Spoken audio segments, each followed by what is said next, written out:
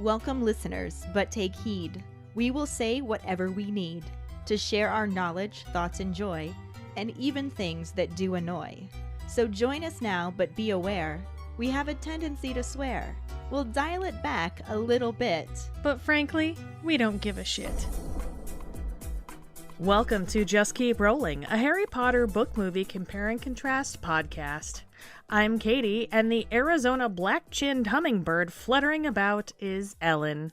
You know, this might be one of my favorite animal comparisons that you've done, because I kind of feel like I have a lot in common with hummingbirds. Like my outstanding spatial memory, my preference for tropical areas, my high energy needs. You're flitting about from place to place at the blink of an eye? And I like flowers. Well, there's that too.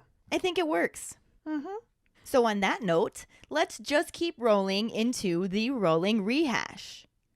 Last week we covered the first half of Chapter 9, The Woes of Mrs. Weasley, and the absolutely no corresponding film scenes. Nazi von Douchebag the First is just as lame as his son when it comes to insults. Regurgitating toilets make for a really shitty workday for Arthur. For a group of people super convinced that Harry would get off, they sure were surprised that he got off. Sirius is cranky about losing his roommate. Dumbledore and McGonagall really drop the ball when it comes to sending out Hogwarts letters. And Ron follows in the grand tradition of Weasley's being made prefect, while next-door neighbors Fred and George prepare to take as much advantage of the situation as they can. During episode 132, Do I Offend? Our Potter Pondering was, what reward would you want if you were made a prefect? Hi, Ellen and Keighty. I'm calling in my Potter Pondering. This is the support badger, Carly. This week's Potter Pondering was, what would I ask for if I had been made prefect? I thought about this for a long time. I'm not a sporty person, but I think a broom would be nice. But since I'm not a sporty person, and I probably wouldn't use a broom at age 15 for transport, I would probably wait until I'm older to get a broom. I think that I would go for that thing that Harry saw in Prisoner of Azkaban when he's in Diagon Alley. He sees a perfect replica of the galaxy or the universe. I feel like that's really an interesting thing, and you would never have to take astronomy again. It would be super cool to have a tiny little universe available to you. And I thought about that for a long time. I do like Ron's choice of a broom since he is a sporty person, but I would choose that tiny little galaxy in a bubble. Yep. Hey Ellen, hey Keighty, it's your favourite Aussie Jackson here with this week's Potter Pondering. What would I want for a reward if I was made a Hogwarts prefect? Let me see. It would depend on what stuff I already had, because it wouldn't be an owl, because I would already have an owl when I first started at Hogwarts. So not that. Maybe a broom, or maybe an invisibility cloak. Something like that. Yeah, just something cool, like an invisibility cloak, a new broom, or, I don't know. It's hard to decide. Hi, Ellen and Keighty. This is Ashley with this week's Potter Pondering. What would I want as a gift for becoming a prefect? Man, as much as I would like to say like a broom or something tailored to whatever wizarding skill I would have mastered, ain't no telling what the fuck I'd have been good at for real. I would like to say dueling, but we'll never know, maybe one day.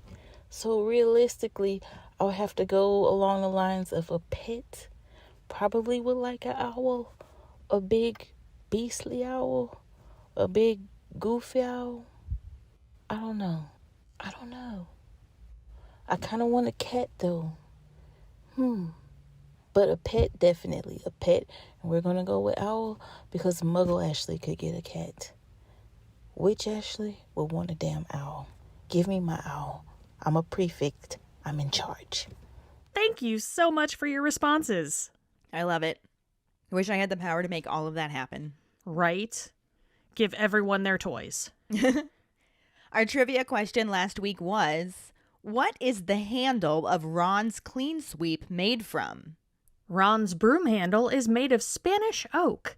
It also has an anti-jinx varnish and built-in vibration control, which we learn as he's telling Tonks all about it. And likely anyone else who would listen. Congratulations goes to Dave Garza. Woohoo! He cut off Sarah's streak before it could really get going. Aw, sadness. Will he be starting his own streak? Or will Sarah best him this time? Or will we see Mike or Jackson again? Or someone new? Maybe Quincy will come out of retirement. We shall see. For now, let's just keep rolling into the second half of Chapter 9, The Woes of Mrs. Weasley, and the no corresponding scenes at all. Chapter 9, The Woes of Mrs. Weasley, Part 2. Harry finds that he doesn't want to look at Hermione and instead focuses on the clean robes Mrs. Weasley left them. When she tentatively says his name, he gives her a hearty congratulations that doesn't even sound like him, but he still can't look at her. She says thanks and then asks if she can borrow Hedwig to write her parents a letter about the news.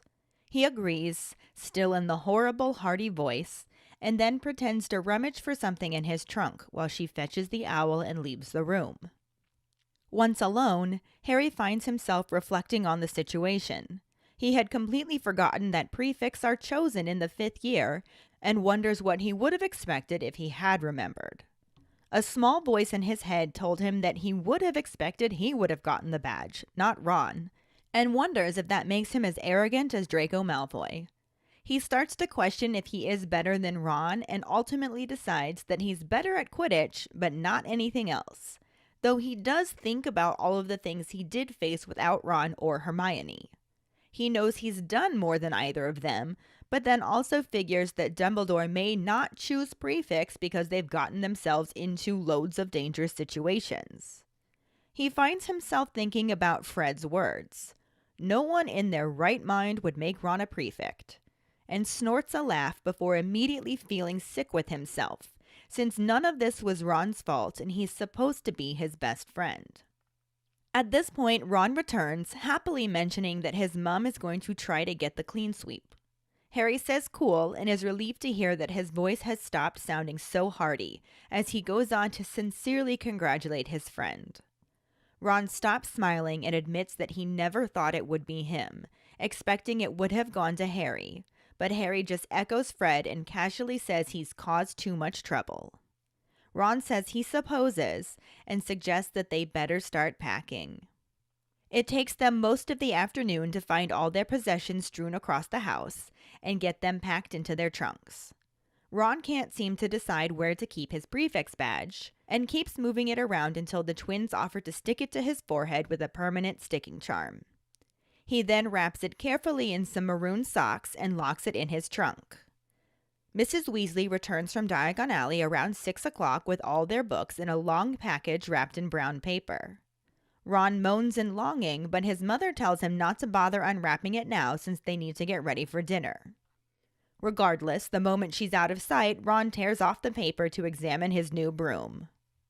They head down to the basement to find a large scarlet banner congratulating the new prefects, and Mrs. Weasley explains that they are going to have a little party rather than a sit-down dinner, adding on that Mr. Weasley and Bill are both on their way. Sirius, Lupin, Tonks, and Kingsley are already there, and they are soon joined by Mad-Eye Moody, who Mrs. Weasley is happy to see since they still haven't had a chance to get him to look at what's in the writing desk in the drawing room. He uses his electric blue eye to look through the ceiling and confirms that it's definitely a boggart, but when he offers to get rid of it, Mrs. Weasley insists that she can later. She tells him to have a drink, since they're having a celebration, and brags about Ron becoming the 4th prefect in their family. Moody looks at Ron and congratulates him, but also startles him with the news that authority figures always attract trouble, so Dumbledore must figure he can withstand most major jinxes or he wouldn't have appointed him. Ron doesn't have to respond, though, because his father, brother, and Mundungus Fletcher all arrive, and once everyone has drinks, Mr. Weasley proposes a toast. As they all begin to move towards the food, Tonks mentions that she was never a prefect herself since she lacked certain necessary qualities, like the ability to behave herself. Ginny laughs and Hermione ends up choking on her butterbeer. As Ginny thumps her on the back, she asks Sirius about him. He also laughs and explains that he spent too much time in detention with James, so it was Lupin who got the badge. Lupin says that he thinks Dumbledore hoped he could exercise some control over his friends, but that he failed dismally. It makes Harry feel better to know that his father wasn't a prefect either, and he loads up his plate with food, feeling very fond of everyone in the room. Ron is telling anyone who will listen all about his new broom. Hermione is talking to Lupin about elf rights, and Mrs. Weasley and Bill are having their usual argument about Bill's hair. When Mrs. Weasley asks Harry's opinion, he dodges the question by saying he doesn't know and heading over towards Fred and George, who are talking with Mundungus in a corner. Mundungus stops talking when Harry approaches, but the twins explain that he's their financial backer and show Harry the venomous tentacula seeds that Dung got them for their skiving snack boxes. Fred tries to pay him the 10 galleons they agreed upon, but Dung tries to up it to 20 for his trouble, and ends up settling on 10 when Harry points out that Mad-Eye Moody could have his eye on them. As the twins hurry upstairs with their goods, Harry feels a little uneasy about what Mr. and Mrs. Weasley will think about him giving them money for their joke shop, when they inevitably find out. As he stands there, alone with his guilt, he catches his name in the conversation between Kingsley and Lupin, and overhears them wondering why Dumbledore didn't make Potter a prefect. Harry doesn't want them to know that he can hear them, so he moves back to the food table, again feeling miserable and wishing he could just go to bed. Mrs. Weasley yawns and says she's going to sort out the boggart before going to bed, says goodnight to Harry, and heads out of the kitchen.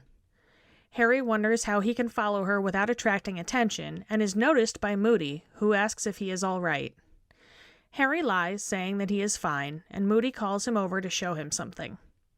He pulls a tattered wizarding photograph out of his pocket and shows it to Harry, explaining that it's the original Order of the Phoenix, mentioning that he found it while looking for his spare invisibility cloak, since Podmore hasn't returned his best one. Harry takes the photograph and Moody begins pointing out different people, ones that Harry has met, others that have died, plus the Longbottoms, who met a fate worse than death, Gideon and Fabian Pruitt, who fought like heroes, and Dumbledore's brother Aberforth. Moody encourages all of the magical figures to move out of the way to bring more into prominence until they get to Harry's parents, standing right next to Wormtail, the man who betrayed them. Harry is disturbed by the picture and tries to make an excuse to get away, but is saved by Sirius asking what Moody has got. He tiptoes away and up the stairs, glad to be on his own again, but quickly distracted by the sound of sobbing coming from the drawing room. Harry rushes to the room and finds Mrs. Weasley cowering against the wall, sobbing at the sight of her youngest son sprawled dead on the carpet. Harry is initially panicked until he remembers that he just saw Ron downstairs. He tries to talk to Mrs. Weasley, but she just points her shaking wand at Ron's body and sobs, "Ridiculous!" With a crack, the body changes to Bill's. Mrs. Weasley tries again, and another crack shows them dead twins, then dead Percy, then dead Harry. As Harry stares at his own dead body on the floor, he shouts for her to get out of there, and Lupin comes running into the room, closely followed by Sirius and Moody. Lupin understands the situation immediately and pulls out his own wand. When he firmly says "ridiculous," the boggart changes into the silvery orb before vanishing in a puff of smoke, and Mrs. Weasley breaks down into more sobs. Lupin comforts her as she confesses how worried she is about half of their family being in the Order and worrying about them all surviving, especially with Percy not talking to them, and concern over what happens to Ron and Ginny if she and Arthur get killed. Lupin firmly tells her that's enough. He reminds her that it isn't like last time. They are better prepared and know what Voldemort is up to. The sound of his name causes her to squeak in fright, but Lupin tells her to just get used to hearing it. He says that he can't promise no one will get hurt, but does assure her that they are much better off than last time. Sirius reassures her that Percy will come around, because it is only a matter of time before Voldemort moves out into the open. Lupin also asks Molly if she thinks they'd let Ginny and Ron starve if something happened to her and Arthur, and finally gets a smile as Mrs. Weasley mutters that she's being silly. But when Harry closes the bedroom door 10 minutes later, he can't help but think that Mrs. Weasley wasn't being silly. He keeps seeing his parents beaming up at him from that photograph and thinking about all of the people around them whose lives were about to end, as well as the flashing images of the boggart posing as the corpses of each member of the Weasley family. When another pain flashes in his scar, he rubs it and says, "Cut it out." A sly voice from an empty portrait on the wall tells him that the first sign of madness is talking to your own head. But Harry ignores it, feeling older than he ever has in his life, and in disbelief that barely an hour ago he was worried about a joke shop and who had gotten a prefect's badge. So obviously we don't have any movie scenes. Nope. And again, this is all just what's happening in the book that we didn't get to see in the movie. All right. Because why would we get to see it in the movie? Right? That just seems too logical. At least this time, part of it is kind of sort of in the movie. It just didn't really line up as well. So we're going to talk about that with the next episode instead of this one. Mm-hmm. But we'll at least mention what is sort of in there. Yeah. So this half of the chapter starts off right after Ron runs out to go tell his mom that he wants the clean sweep. Mm-hmm. And it leaves Harry and Hermione together alone in the room. And it's just super awkward because Hermione's just like, I thought you were going to be prefect. And Harry's just like, I'm not prefect. And he decides to just like busy himself focusing on the robes that Mrs. Weasley brought, like, and then pretends like he's looking for something in his trunk. And when Hermione finally says his name, he's just like, yeah, congratulations, Hermione. That's super awesome. And he even mentions how his voice just has this super hearty quality that sounds absolutely nothing like him. Right. But he can't stop himself from doing it. It's sounding a bit like Ron in the second movie, a little bit. Like, that's great. Yeah. Good for you, Hermione. But Hermione just says thank you and asks if she can borrow Hedwig because she wants to tell her parents about being made a prefect. It's something in the magical world that they'll actually understand. Mm-hmm. Because it's more school related than magic related. Yes, because they have prefects in British schools. Yeah. So she wants to share that news with him, and Harry's just like, yeah, of course you can, Hermione. You share that good news with them. Oh, Harry. And she just gets the owl and leaves and doesn't say anything else. So he just waits until she stops making noise and the door closes, and he was just like, looks around. Okay, I'm definitely alone. And then he's like, okay, what the fuck? With everything else going on, he never even remembered that prefects were chosen in the 5th year. But then he's just like, but if I did remember, what would I have expected? Would I have been made prefect? I mean, to be fair, he's had a lot on his mind lately. Just a little, you Yeah. know. Or, yeah, you're right, a lot. A lot's a good word. A lot'll, yeah. A lot might even be underselling it still. Just a tiny bit, sure. But he's like, should I have gotten the badge? I think that if I were expecting to be learning about prefix, I may have expected to get the badge. But does that make me as arrogant as Nazi von Douchebag II? I mean, is it really possible to be as arrogant as Nazi von Douchebag II? I think it maybe puts him as like his neighbor. Yeah, okay. There is some definite arrogance going on in there if you actually think that you deserved this role over your friend. Yeah, especially if your middle name is Meddling and you're like, hey, that should have been me. 'Cause I always follow the rules. Always. Except that I don't. Not that Ron always follows the rules either, but that's No. kind of beside the point. But when he doesn't follow the rules, it's at Harry's behest. So I'm not saying Harry's a bad influence. True story. And in the end, Harry ends up deciding that the one thing he is actually better at than Ron is Quidditch. And beyond that, he doesn't really think he's any better. And he's like, I have faced more things than either Ron or Hermione, but I don't know that Dumbledore is choosing prefects based on getting themselves into a shit ton of trouble. So maybe Fred's right. Maybe that is just counting against me. Well, and not to mention the fact that 90% of what he gets into, he only gets out of because of Ron and Hermione. So There's that too. there's also that. But Harry also thinks about Fred's words, no one in their right mind would make Ron a prefect, and actually snort laughs. and then immediately feels sick with himself. So he's just like, oh, I'm being a really shitty friend. And it's like the first time that the tables have turned. Yeah. Because it's always Harry getting everything and Ron getting nothing. Right? It's a very different situation for Harry. And I think it's kind of funny that he responds that way. Even if it's just in his head. Even if he just realizes right away, like, oh, I'm kind of being a shithead right now.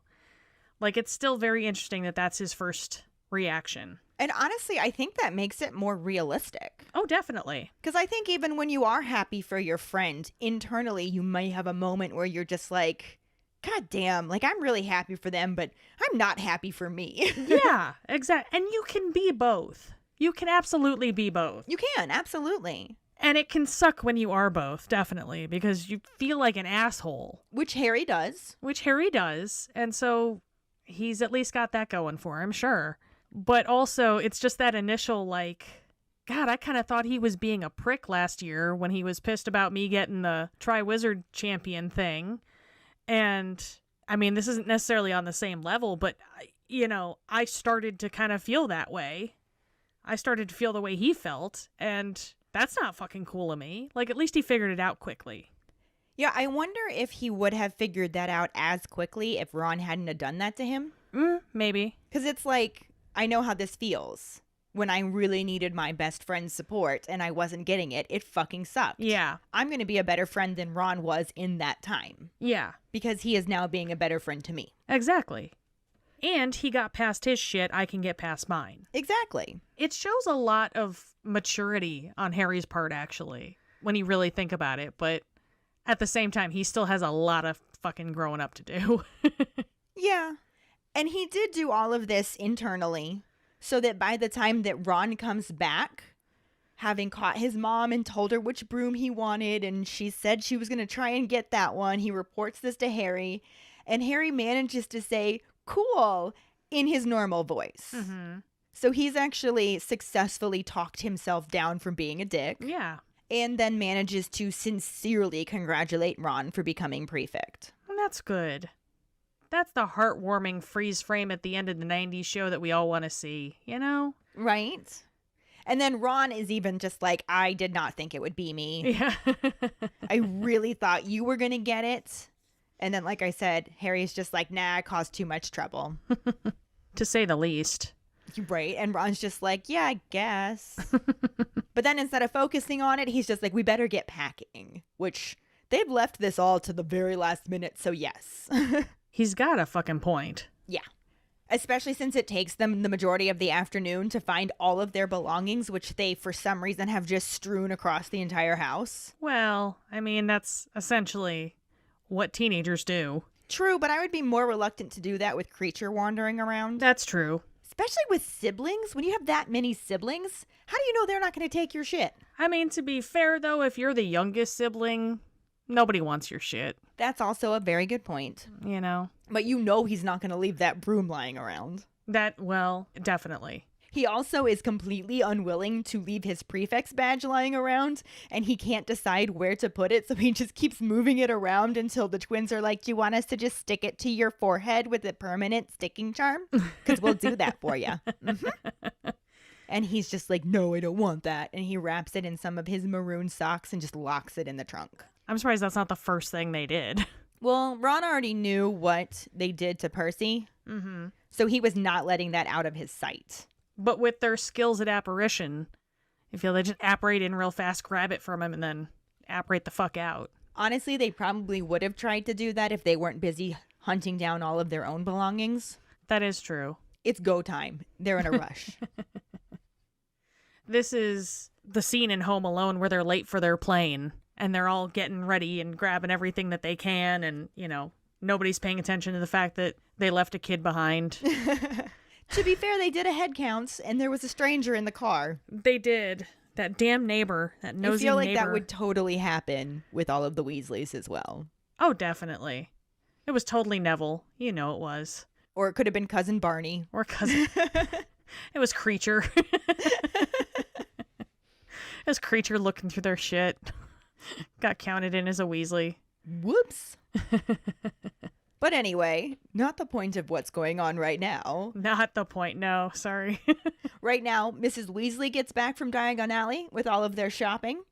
It's about 6 o'clock. Mm-hmm. And she has this long package wrapped in brown paper. And Ron's just like, oh. But Mrs. Weasley's just like, don't bother unwrapping it now. We need to go get ready for dinner. And she leaves it with him. And has to know that the moment she walks away, he's going to unwrap it. Like, don't bother unwrapping it. It's not going to do anything at all. Right? Like, I don't know why you even bother saying it. It's cute that she tries, right? It's cute. But yeah, so Ron tears all of the paper off and examines his new broom.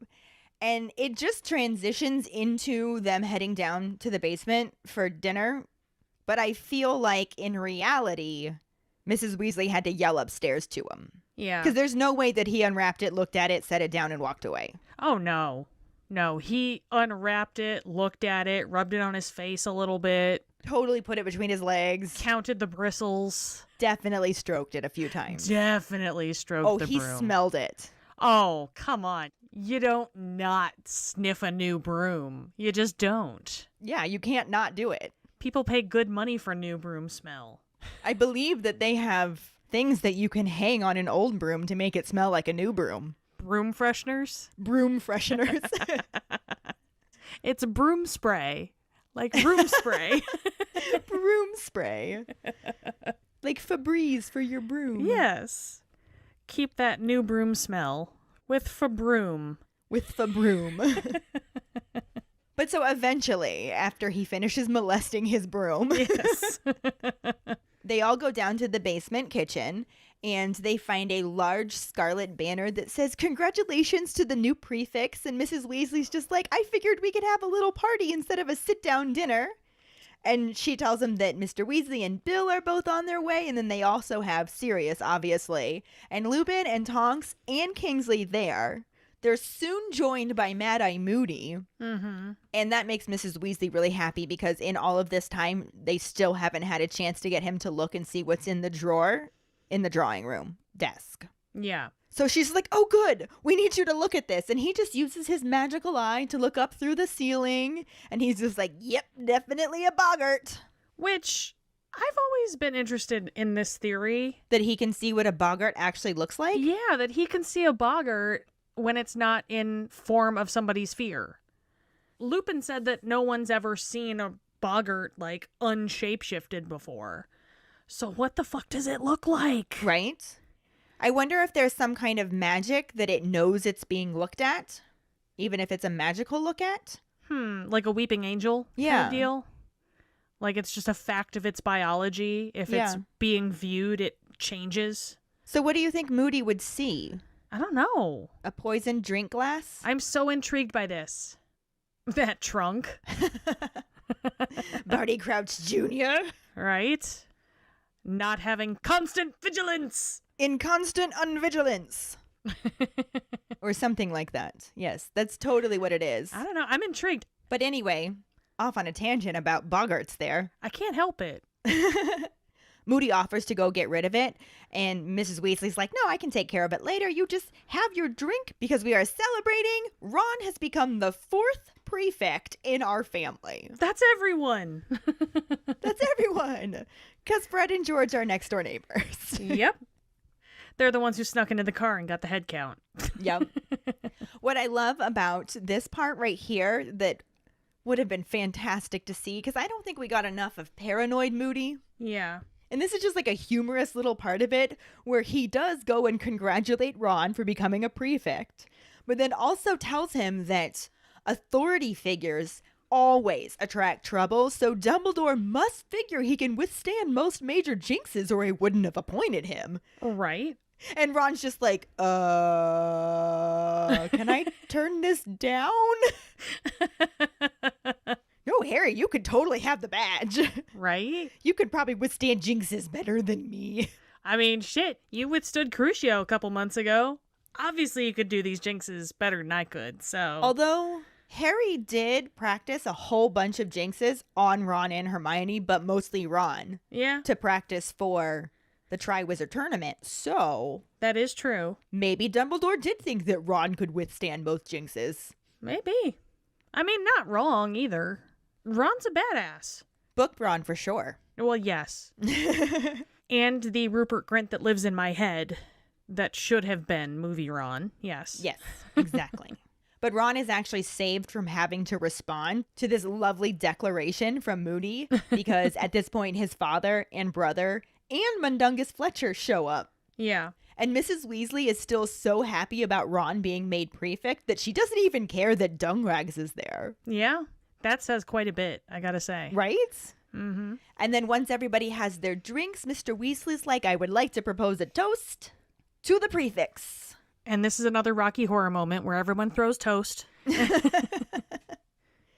They do their toast, start moving towards the food, and Tonks is just like, I was never a prefect myself. I lacked certain necessary qualities. And Jenny's like what? And she's like the ability to behave myself. Which, of course, makes Ginny laugh because that is totally up her alley for humor-wise. Right. But then Hermione's like, I'm a prefect now. Can I laugh at this? Should I laugh at this? It's pretty funny. I like Tonks. She's amusing, but I'm a prefect. I don't know if I should laugh. And she instead just takes a huge drink of her butterbeer and ends up choking on it. So that was her compromise. Not sure it worked out well for her. I would say she might rethink that next time. Right? Maybe just laugh. Maybe, yeah. Lighten up a little bit. Maybe just a bit. That's advice that could go well for her for the whole book series, so there's that. Right? But Ginny pats her on the back and asks Sirius, well, what about you? Were you ever a prefect? And Sirius also laughs. And he's just like, no. I spent way too much time in detention with James to ever be considered to be a prefect. It was actually Lupin who got the badge. And Lupin's there just like, yeah, I think that Dumbledore was hoping that I could exercise some control over my friends, but I'm sorry to say I failed dismally. I mean, to be fair, that really wasn't a good matchup. That wasn't that wasn't an even matchup at all. I mean, James and Sirius against Lupin. But if you consider the fact that it's fifth years that are chosen, yeah, your options are James, Sirius, Lupin, Pettigrew. Yeah. I don't know if there were any other fifth-year Gryffindors at that point. I mean, theoretically, there would have been one or two, but... There might have been. But even so... But considering what they would be up against, it was probably better to have somebody in that inner circle than somebody outside of it trying to control them in any way, shape, or form. Yeah, very true. Very true. It was a smart move. And Lupin's it awesome. Was just... They were outnumbered no matter what happened. Uh-huh. But it actually makes Harry feel better to know that his father wasn't a prefect. He's just like, okay, I'm just following my dad's footsteps here. This is totally cool. Like, yeah, I'll take that, definitely. But it makes him feel better enough that he actually finds himself hungry, and he just, like, feels very fond of everyone in the room, even Dung. Yeah. And he's just like, yeah, this is great. And he just looks around at all of his friends and, you know, adoptive family. And Ron's telling anyone who will listen about his new broom. Aww. And Hermione is talking to Lupin about elf rights, probably trying to get him to join Spew if she hasn't already. Of course. Yeah. And then Mrs. Weasley and Bill are having that usual conversation about Bill's hair being too long and Bill being like, get off it, woman, I like it this way. And Mrs. Weasley's just like, Harry, well, what do you think? Don't you think it'd look better shorter? And Harry's just like, I don't know. Just bolt. Which I think is the appropriate response in that situation. Right? It's more of a, hey, I think someone's calling me. I gotta there's a take thing. this. I'm gonna go do a thing with, oh, Sirius, hey. Did somebody say my name? Yeah. No, he literally just, I don't know, and runs. But he makes his way over to Fred and George, who are talking with Dungrags in a corner. That's never good. Dungrags immediately stops talking when Harry approaches, and the twins are like, no, Harry's cool. He's our financial backer, yo.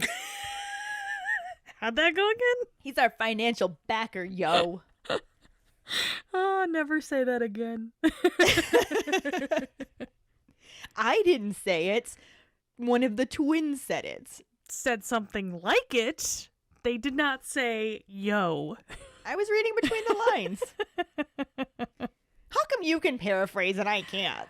'Cause it's just weird coming from you. But anyway, back to the twins. They show their financial backer, the venomous tentaculus seeds that Dung got them for their skiving snack boxes. That just seems so skeevy. Well, yeah. I guess. But that is Dung. And the twins, let's be honest. And the twins, yes. And Fred's just like, so 10 galleons for the lot? And Dung's just like, with all of the trouble that I went through to get these, I'm not taking a knut under 20. Psh. Whatever, Dung. You'll take what they give you and you'll be liking it. No, he tries. Yeah. And Fred and George are just like, oh, Dung likes his little joke. Mm-hmm. And Harry's like, you better be careful. And they're like, Molly's not even paying attention at all. And he's just like, no, but Moody could have his magical eye on Facts. you. So Dungrax is just like, good point, 10 it is, 10 it is. Moody is the scarier one sometimes. And the twins are just like, cheers, Harry. You're so useful. You give us money and you get us good deals. You're the best. So they have to hurry upstairs with their venomous tentaculus seeds because clearly they don't want to be caught with those. Yep. And this leaves Harry just a little bit like, he just ums a lot in this book, I think. Well, he is 15. What are Mr. and Mrs. Weasley going to think when they find out that I gave Fred and George the money to do this joke shop that they clearly don't approve of?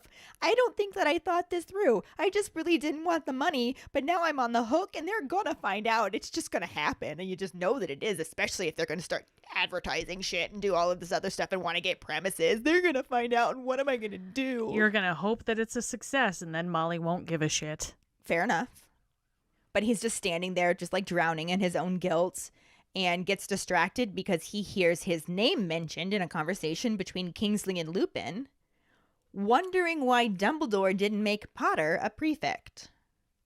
And again, Harry's standing there like, I don't want them to know that I can hear them. This is super awkward. So he moves away and just goes back to the food table, even though he's not hungry at all. He's just like, God damn, I was feeling better. Now I'm not feeling better. I really just want to go to bed, but how do I walk away without getting noticed? And Right. Mrs. Weasley actually yawns at this point too. And she's like, I'm going to sort out the boggart before I go to bed. So night all. And just heads out. And Harry's just like, I'm going to go help her sort out the boggart. Like, how do I follow without people noticing that I leave? Dum-da-dum. But before he can sneak out, Moody's just like, hey, you all right, Harry? Harry's just like, fine. Mm-hmm. Moody's like, I want to show you something. Calls him over. Pulls out this very tattered wizarding photograph. It's been folded probably, worn down. He's like, this is the original Order of the Phoenix. I found it while I was looking for my spare invisibility cloak because Podmore hasn't returned my good one. Mm-hmm. So he takes this photograph and just starts pointing out all of the different people in it. And some of them are people Harry has met. A good chunk of them are people who have died. And then you have the Longbottoms who were tortured. So it's a happy photo. Yeah, super happy photo. Mm-hmm. And he also points out Gideon and Fabian Pruitt, who we learn later are Molly's brothers. Yes. And they fought like heroes, and it took like 5 Death Eaters to take them down. Something ridiculous. They kick ass. Right? Mm-hmm.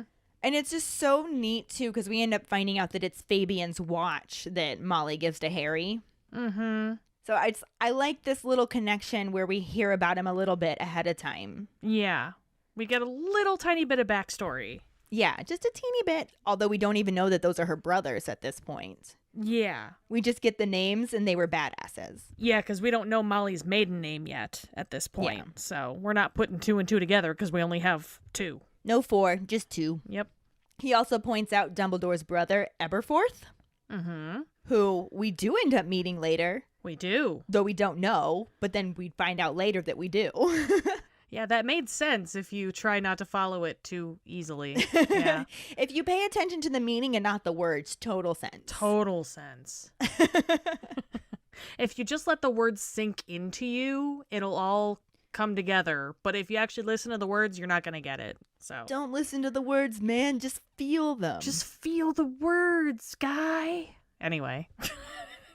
We do see a picture in the movie. Of course, totally different circumstances and shown by a different person. And you know. It is a picture of the original order. It is. That is about the only thing that is the same. Yes. That's the ding. It's a sad little ding, but it's a ding, so there's that. Yeah. And it's fit in different time, different place, different person. Mm-hmm. So we'll get into more detail with it when we get to it. Yeah. But yeah, so Moody is just sort of like, all right, move along to the magical pictures because apparently you can control them a little bit. Yeah, which I love that. Right? I wish we could have seen more like that because generally I kind of think of magical pictures as like gifts, right? where they just keep going and doing the same thing over and over again. But this is implied that you can talk to the subjects. I mean, you can talk to the portraits. Yeah. I just kind of thought portraits were different from photos because painting and you know what? That doesn't even make sense in my head anymore. Never mind. I hadn't really put that much thought into it. It might be a fun discussion to have after we have a gummy or two. Yeah, definitely. But anyway, Moody is just moving them all along until they get to Harry's parents, who happen to be standing right next to fucking Wormtail. And Harry's just like, why are you showing me this like it's some sort of treat? This is horrible. You just showed me a picture of all of these people who are about to die or be tortured or betray their friends. Like, this is awful. I gotta go.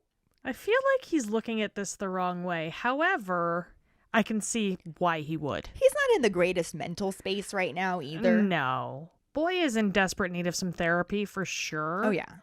And then some. Yeah. So maybe, yeah, I'll agree in the sense that it was not the right time to show him these photos. Definitely. And he's trying to come up with an excuse to just get away from it. And he's just like, I left my...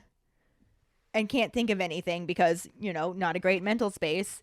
And is anyway saved by Sirius, who's like, what you got there, Moody? Mm-hmm. So Harry uses this opportunity to just be like, poof, gone. And just heads up the stairs. He's just like, okay, I'm on my own again. This is going to be great. I can just chill out. And why am I hearing sobbing? That's not something you usually hear around the house. Screaming, yes. Screaming, yes. Whispering, yes. The word mudblood, quite a bit, yes. Oh, for sure. Mm-hmm. But crying, that's a new one. Crying is not a very common one. So he follows the sound to the drawing room and finds Mrs. Weasley backed into the wall, bawling at the sight of Ron dead on the carpet. Yeah. So legit understand sobbing. That's definitely something to walk into. And Harry's just like, oh my God, what happened? Wait, I just saw Ron downstairs talking about his broom. Yeah. Wait a minute. And he's just like, Mrs. Weasley. And she's just like pointing her wand, her hand is shaking and tries to say ridiculous. And with a crack, the body changes to Bill's. So we've made it worse. It's not getting any better for sure. No. So she tries not at again all. and dead twins. Doubly is bad. Tries again. Dead Percy. Less bad. I mean, Tries again. Dead Harry. that's pretty rough. Yeah. This is a weird way to do it, but if there was any way for Harry to know for sure 100% he is part of the family, this is it. Yeah. Really? I mean, it's not a way you want to find out, but Kind of makes me wonder if the Boggart started with Ginny then. maybe. But I think part of the reason why they wanted it to show Harry as well, aside from giving us that little, oh, he's part of the family. Mm-hmm. It also just creates that bizarre juxtaposition where Harry's staring at his own dead body. Right? Yeah. And it almost creates a little bit of foreshadowing. I can see that. By the time he sees the multitude of dead bodies changing, he knows Right. exactly what's going on because Lupin taught him exactly what a Boggart is Uh-huh. a couple years previous. Yep, they've dealt with those before. And speak of the devil, Lupin actually comes running in at this moment too, and it doesn't take him any time at all. He's immediately like, Boggart! And pulls out his wand and says ridiculous. It briefly changes into the silvery orb, which we know is a full moon.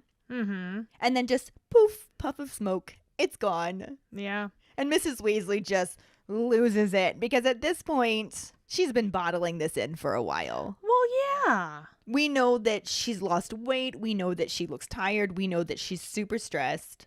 Mm-hmm. Now she's getting ready to send all of her bear cubs off to school, and she won't be able to oversee them every minute of the day. Mm-hmm. It's a rough night. Real talk, man, this would be my boggart, too. It would be my Ginny. It would be my husband. It would be, my Ellen. Oh. And that's probably what mine would be, too. My husband, my cats, my family, like my parents. Your Keighty. Yep. Yeah. Yeah. I wasn't sure if I should say it because then it just sounds like I'm saying it because you said it. Well, yeah, but if you don't say it, you sound like a dick. Definitely my Keighty. Oh, I feel loved. Oh. Even if I brought it on myself, I still feel loved. You should. But anyway, we got Mrs. Weasley sobbing. Mm-hmm. Understandably, she just saw her Keighty dead on the floor. Oh, I'm dizzy. And Lupin is just like, it's okay. It's okay. Calm down. You're going to be fine. Everything's okay. It was just a boggart. And she's just like, half of our family's in the order. I'm just worried we're not all going to make it out alive. And what's going to happen to Ron and Ginny if Arthur and I die? Percy's not even talking to us. Ah. It's all very understandable emotion coming from her. Oh, I think it's completely understandable. Yeah. I'm actually surprised she made it this long. That's the mom adrenaline working overtime right there. I also love Lupin's response to all this too, though. This is not like the last time. We're better prepared. We actually know what Voldemort's up to. Mm-hmm. And when he says Voldemort, she squeaks. Yeah. And he's like, oh my God, woman, just get used to hearing it. Just deal, honey. Come on. You are in the order that is openly defying him. We're going to say his name and we're not going to be scared of it. Mm-hmm. If you're brave enough to stand up to him, you should be brave enough to at least hear his name. Right? Don't be a bitch, Molly. Come on. We will let this emotion slide over the idea that you could lose your loved ones, but you are not going to squeak over someone's made-up name. Right? A name that could just as very well have been Lord Dildo Lover. So, I think Voldemort does have a better ring to it. yeah, I guess if you go that way. However, if he... Dildo Lover has a better cock ring to it. Fuck you. Oh, It was there. I had to. it was. I don't blame you, but I feel out of principle, I just have to say fuck you for it. So, fuck Fair you. enough. So anyway, Lupin is also like, I can't promise you that no one is going to get hurt, but we are much better off than we were last time. And she wasn't in the order last time. No. So she doesn't really know what it was like. Mm-hmm. But she had very young children at the time, so I don't blame her for not getting more directly involved with a war. Oh, yeah. It's more than likely a case of she wanted to be involved, but at that point, when you've got such young children running around, it's not even a thought in your mind. Yeah. And it would have been most of them. Mm-hmm. Like, she may have even been pregnant with Ginny at that point. Yeah, probably. It's pretty understandable that she wasn't in the order the first time around, but is here the second time. And she wouldn't have wanted Arthur involved either. Oh, no, you were all not those going to little leave ones, me yeah. alone with 7 children. Exactly. Fuck on that, my friend. And Sirius was there. He also followed Lupin into the room. So he speaks up and he's just like, Percy's going to come around. Yeah. Give it time. Eventually, everybody's going to see that Voldemort is back and they're all going to be begging for our forgiveness. Mm-hmm. Which, yes and no, but yeah. They should be anyway. And then Lupin's like, and as for what happens to Ron and Ginny, if something happens to you and Arthur, do you think we're going to let them starve? Yeah. I love that line. I don't know why. I just love the, like, really? Really, Molly? Come on. What do you think is going to happen? Come on, honey. But it does actually get a smile from Mrs. Weasley. Which undoubtedly was the entire point of it. Oh, absolutely. You know. And she just kind of like, I'm sure it's a very watery smile, but she manages to like calm herself down enough to say that she's being silly. Mm-hmm. Which she knows she is, but once it's put to her in such a way, you can't help but really feel the silliness. I think there are certain things about it that are definitely silly, but even Harry, when he goes back to his bedroom, it's about 10 minutes later, even he's just like, I don't think she was being that silly. Like, this is the start of a war. Yeah. Like, there are probably going to be casualties. We know that there was last time. Yeah, that is true. It's not silly to worry about it. Yeah. Harry just saw a photo full of them. Right? You know? And I think that that's just really weighing on him because he does keep seeing that photo in his head and keeps thinking about all of the people in it that were literally days before the end of their lives. Yeah. And huge betrayals. And it's not silly. No. It's not silly. But letting it get to you maybe is. It's not silly, but it is unhelpful. Yes. In this sense of things. She could have been more pragmatic if she was worrying about what would happen to Ron and Ginny. She could put things in place to know they'd be okay. Yeah. Instead of just worrying about it. It's very counterproductive. Yes. Is what it is. Counterproductive is a great word. Thanks. But she also has a tendency, as the mom, I think, to take on more than she should and try and carry more weight than she should. What? Moms don't do that. No. Yeah. No, I've never done that, Ellen. No. I've never done that. Oh, shit. Do you have allergies? It's just the season changing. Oh, okay. Well, that makes sense. Moving on. But he's also thinking about the Bogart, like, poof, I'm dead Ron. Poof, I'm dead Bill. Poof, I'm dead Percy. I'm dead Harry. Like, he's literally seeing dead bodies. Like, he just saw them. Even if they weren't real, those are not easy pictures to erase from your head. Right? They're there. Yeah, they live there now. In your consciousness Yeah. now. This is the perfect example of you can't unsee that. You can't unsee that. No. No. And then he also ends up feeling a flash of pain in his scar again. Which, as we've already established, is something that just is happening more and more now that Voldemort's back. Sure. Yeah. And he, like, rubs his head and goes, cut it out. And a sly voice from an empty portrait on the wall tells him that the first sign of madness is talking to your own head. And Harry's just like, whatever. Just ignores it. Or, and hear me out, you could fuck off, random voice in random portrait. Yeah, that's about right, except that he actually just completely ignores that voice, who I'm pretty sure is probably Phineas Nigellus Black.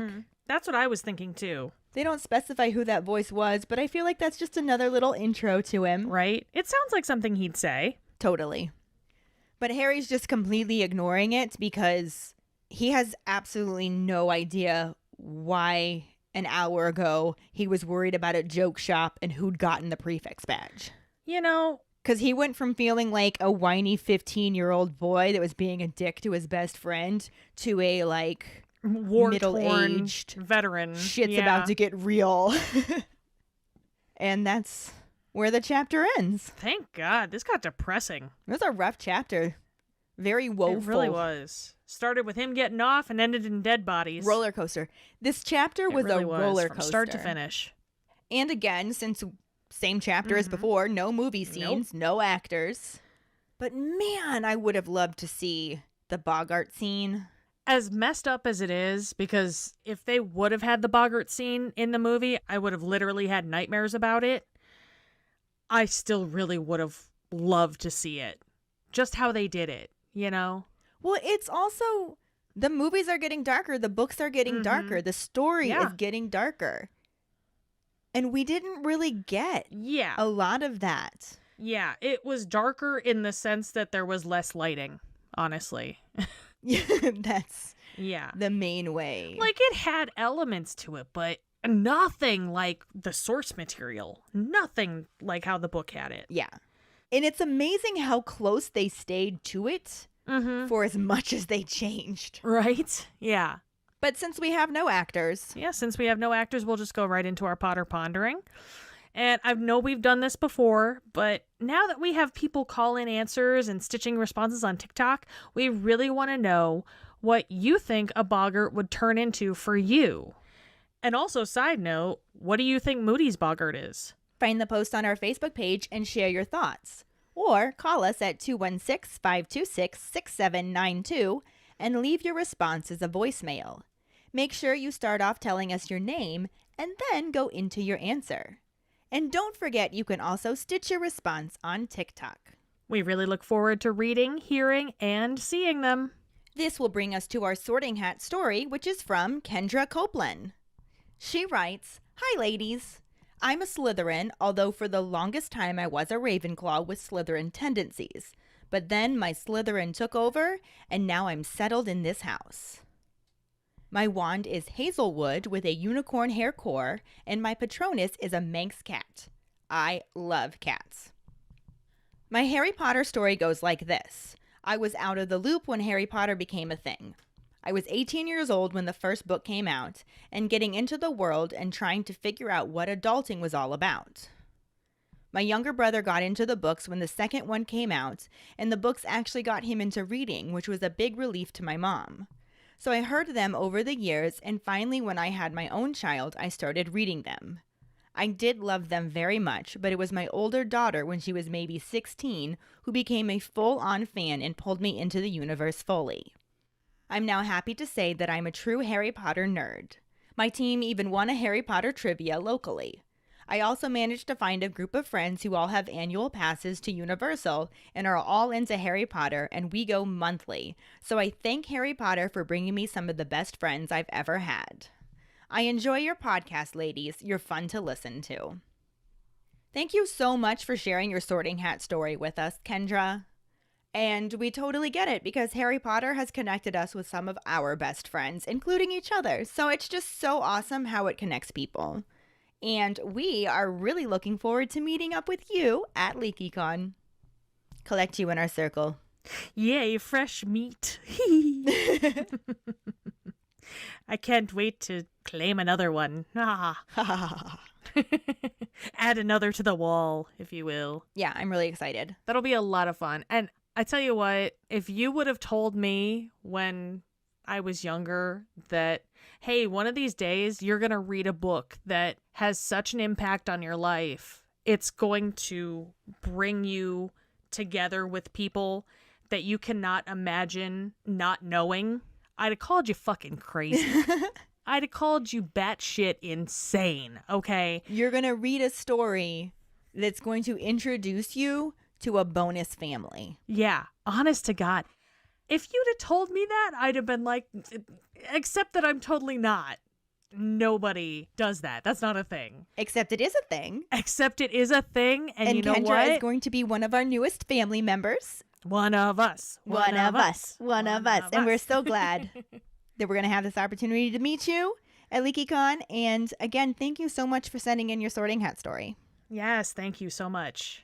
And if any of you other keepers out there listening would like us to read your Sorting Hat story on a future episode, you can email it to us at justkeeprolling@gmail.com. Let us know your house, wand, Patronus, how you got into Harry Potter, and anything else that you might want to share with us. Or you can message it to us over social media. Or like I said, leave it as a comment on our Sorting Hat story post. And that'll bring us to this week's trivia question, which is, who did not report for guard duty to take Harry to King's Cross Station? The first one who responds with the correct answer and the code word #reliableasdung will get a sticker. Another way to get a sticker is to rate and review us through iTunes or Facebook. Make sure to email us at justkeeprolling@gmail.com to let us know you did, and we'll get back to you to figure out which sticker you want and where to send it. Don't forget to find us and follow us on Facebook at JKR Podcast and Twitter and Instagram at Just Keep Rolling. Following us on Podbean at justkeeprolling.podbean.com will get you the episode as early as possible and give you a leg up in answering the trivia question. Make sure to check out our website at justkeeprolling.com, and don't forget to subscribe to our YouTube channel. If you would like to help us continue creating more content, you can support us as a patron and get extra perks on patreon.com/justkeeprolling. As always, any support you can give is greatly appreciated. And join us next week when we talk about the first half of Chapter 10, Luna Lovegood, and the corresponding film scenes. Thanks for listening. We hope you hear us again. I'm Katie. I'm Ellen. Until the next time, Just keep rolling.